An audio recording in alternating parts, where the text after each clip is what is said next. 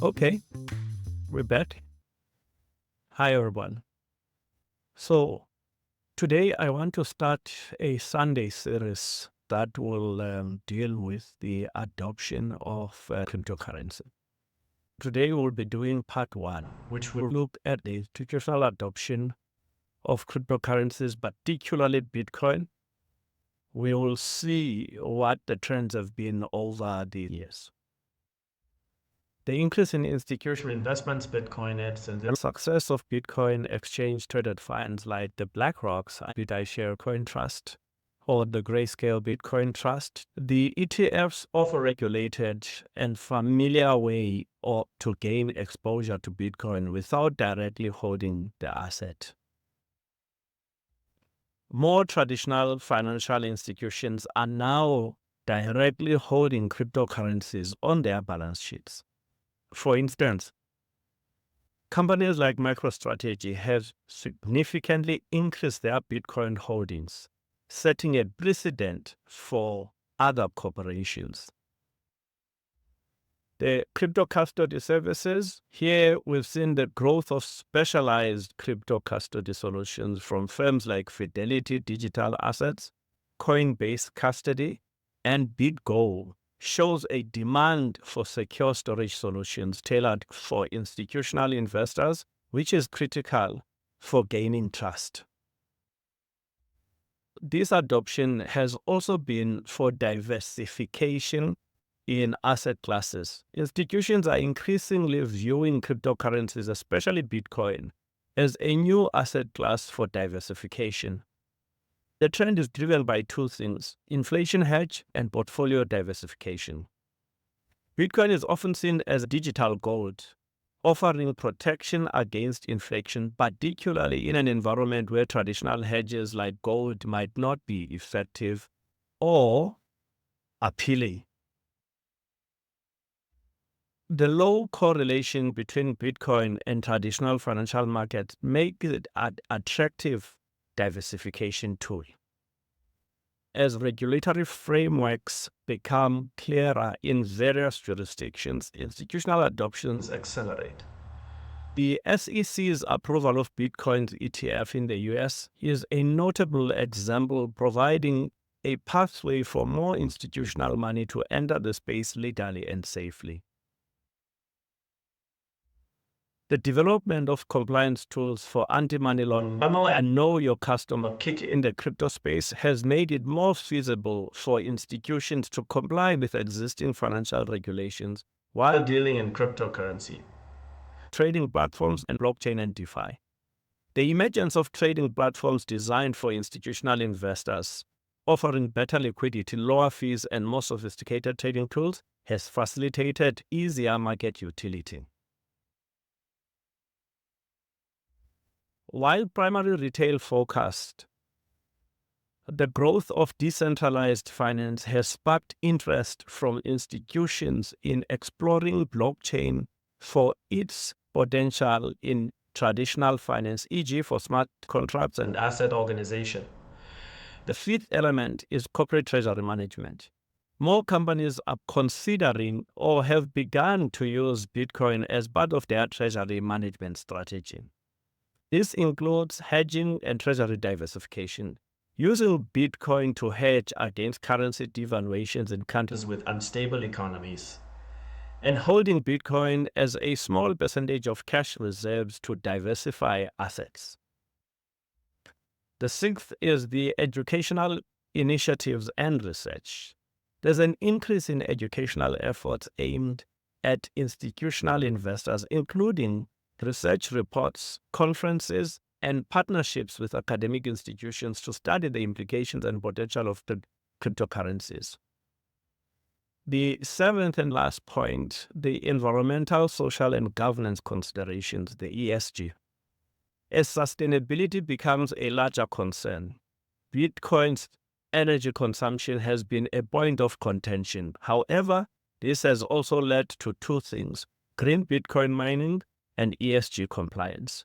Institutions are looking towards investing in miners that use renewable energy or offset their carbon footprint. Some are focusing on cryptocurrencies to align better with ESG criteria or are exploring blockchain for its potential in creating more transparent and sustainable supply chains. These are the factors that have been affecting the institutional adoption of cryptocurrency, more especially Bitcoin. And the challenges and future directions are: one, the high volatility of cryptocurrencies remain a significant barrier for some institutions, though this is somewhat mitigated by long-term investment strategies. Despite progress, regulatory uncertainty in various parts of the world can still deter broader adoption. The need for robust cybersecurity measures continue to be critical as institutions manage large volumes of digital assets. Looking forward, the trend of institutional adoption seems poised to continue, potentially driven by further regulatory clarity, technology advancements, and a broader acceptance of digital assets as part of the modern financial ecosystem. However, the pace and extent will largely depend on overcoming these ongoing challenges. So it's very important for us to understand the institutional investment in terms of how the institutions have adopted and invested into cryptocurrency, because this shows the confidence of what the future is for the cryptocurrency, as well as what the adoption is going to look like. Now, let's just look at an analysis of who's holding BlackRock's Bitcoin ETFs. The percentages are approximate and based on the latest available data, right? From sources that include the SEC filing and financial news outlets. Goldman Sachs is holding about 24,161 shares. So approximately that's about 1.35 billion. Right. And then Millennium Management, it's about 23 million shares, 498, which is about 1.32 billion. Brevan Howard Capital Management LP, they are holding a value of about 1.4 billion. Trudeau Investment Corporation is holding about $248 million. And this is a significant increase in terms of the previous holding, because it's about 409% increase in terms of what Trudeau is now holding. If you look at the state of Wisconsin Investment Board in the US, they are holding about 6 million shares. Rubik Capital is holding a value of about $60 million shares. Symmetry Investments is holding about $53 million share. This is important because the involvement of major players like Goldman Sachs, Millennium Management, Brevan Howard indicates a significant shift towards mainstream acceptance of Bitcoin as an investment asset.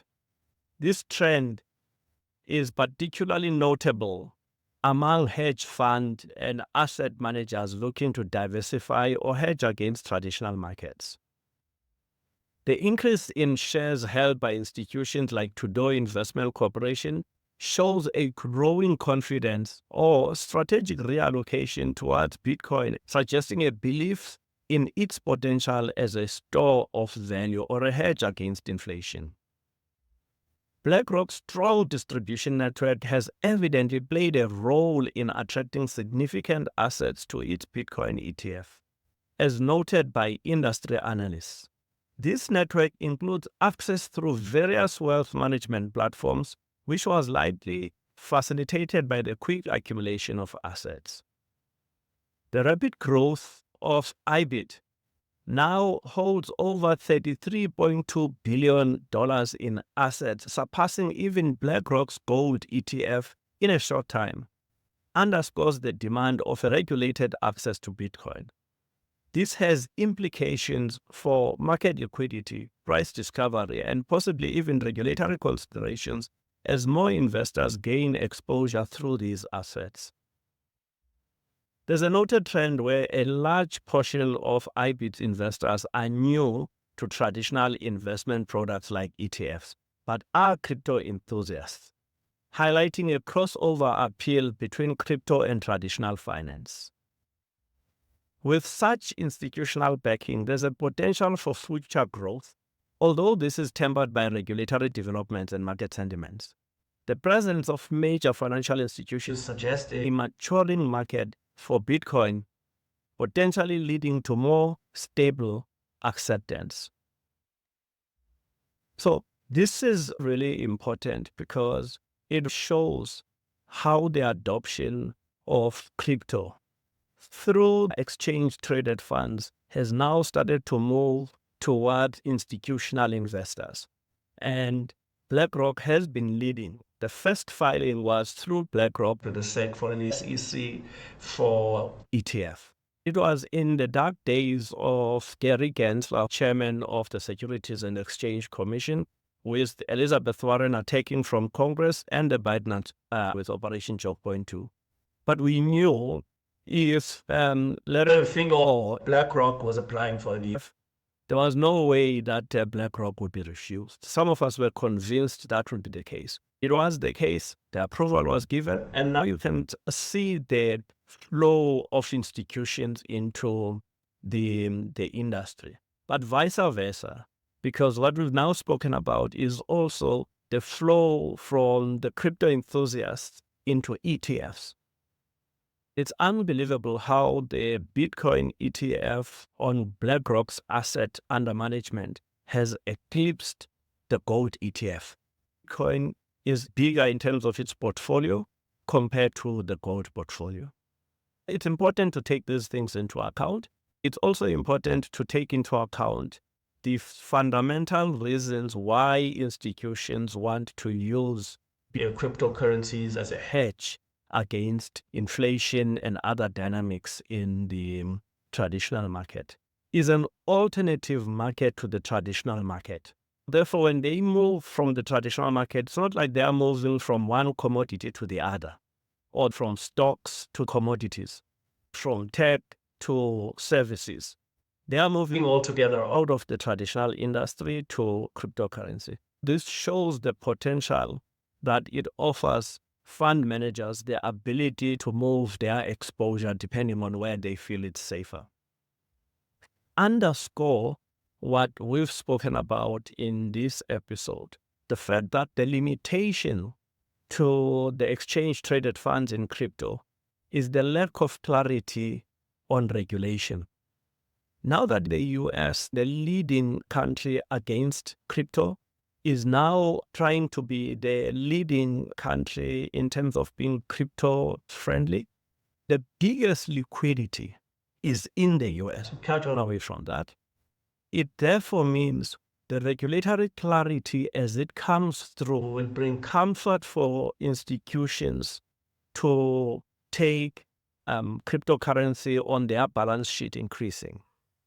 This means the volume will increase on funds buying cryptocurrencies, especially those bought through institutions. Since some are still risk averse and prefer vehicles backed by institutions like BlackRock or Grayscale, because they know that Grayscale or BlackRock takes the risk, and therefore from their side, at least they know their balance sheet is secured because these are good institutions. The more institutions get used to cryptocurrency, it will be the more institutions are trading directly. This looks positive for crypto.